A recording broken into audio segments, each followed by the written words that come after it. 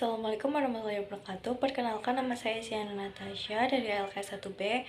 Tujuan saya membuat video ini adalah untuk memenuhi UAS praktik statistika bisnis, yaitu mengolah data di SPSS.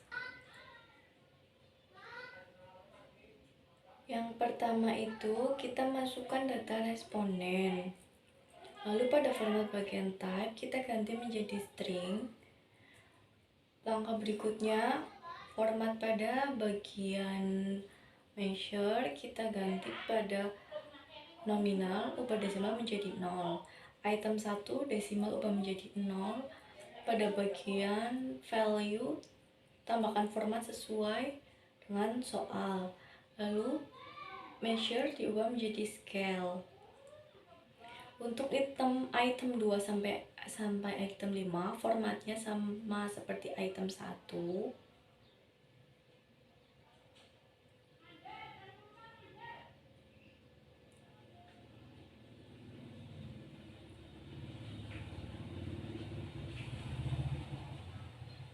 Ini videonya kita cepetin karena formatnya sama. Untuk bagian total, desimalnya diubah menjadi 0, lalu measure-nya diubah menjadi scale.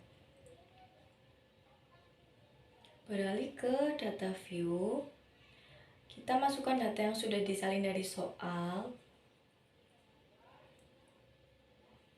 Masukkan data semuanya dari item 1 sampai dengan item 5. Dari responden 1 sampai dengan responden yang ke-20.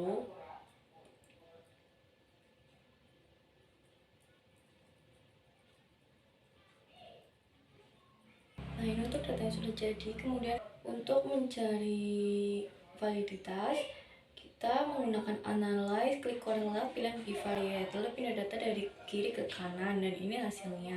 Semua item memiliki korelasi sangat tinggi dengan total lebih dari 0,90. Semua nilai signifikan, yaitu kurang dari 0,05 signifikan secara statistika, dan semua item valid. Kemudian interpretasinya, tidak ada satupun item yang memiliki nilai korelasi kurang dari 0,3 terhadap skor total. Semua nilai korelasi berada pada rentang 0,910 hingga 0,987 yang termasuk kategori sangat tinggi. Semua item valid karena nilai korelasi lebih dari 0,3 dan signifikan pada level 0,01. Tidak ada item yang perlu dihapus atau diperbaiki. Kemudian kita mencari uji reliabilitas, pilih scale reliability analysis, lalu masukkan variabel item. Ini hasilnya. Hasilnya, pada case processing summary valid ada 20 responden di dalam analisis reliabilitas. Semua data valid karena tidak ada data yang hilang, sehingga dapat memakai seluruh data yang tersedia. Pada bagian excluded, tidak ada data yang dikeluarkan dari analisis, semua jawaban lengkap dan bisa dianalisis. Kemudian, untuk reliability statistiknya ada hasil Cronbach alpha dengan nilai 0,967 dengan total item 5. Ini menunjukkan bahwa terdapat reliabilitas yang sangat tinggi. Kelima item yang terdapat di dalam kuesioner sangat konsisten secara internal dan dapat disimpulkan bahwa mereka mengukur konstruk yang sama secara stabil. Tidak ada item yang perlu dihapus atau diperbaiki dari segi statistik, karena memang hasilnya stabil. Kemudian kita mencari regresi, masukkan data bulan, bagian type diganti dengan string, desimal menjadi 0, kemudian measure menjadi nominal. Lalu untuk nanti selanjutnya ada biaya iklan. Biaya iklan desimal diganti menjadi 0, measure-nya diganti menjadi scale. Kemudian penjualan sama dengan untuk biaya iklan, formatnya yaitu desimal diganti 0 dan measure-nya diganti menjadi scale. Selesaikan dulu yang penjualan, desimal 0, measure diganti scale. Kemudian nanti kita beralih ke data view.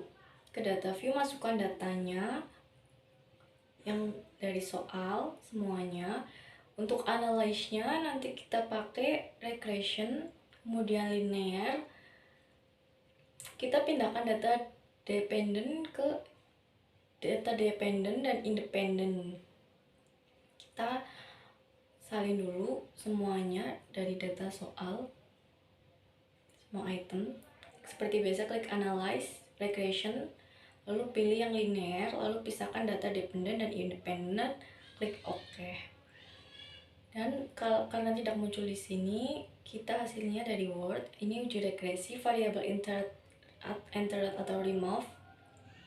Model 1 ini artinya model pertama yang dihasilkan. Variabel entered merupakan variabel independen X yang masuk adalah biaya iklan, sedang menguji pengaruh biaya iklan terhadap variabel dependent.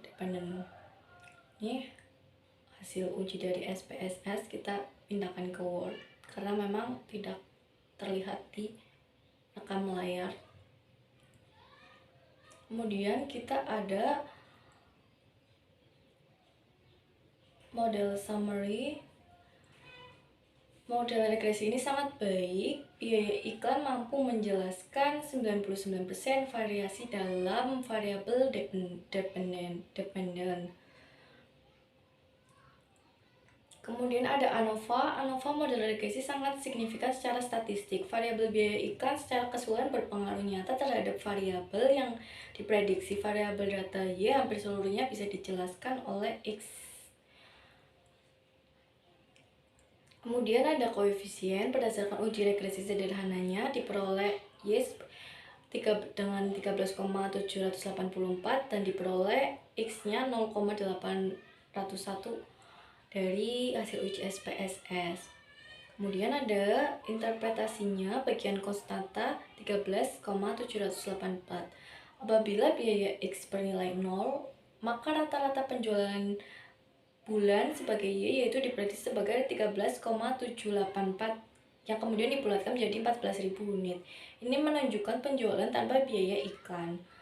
Kemudian selanjutnya ada koefisien X dengan nilai 0,801 menunjukkan bahwa setiap kenaikan biaya iklan 1 juta akan meningkatkan penjualan sebesar 0,801 atau dibulatkan menjadi 800.000 dengan asumsi variabel lain tetap.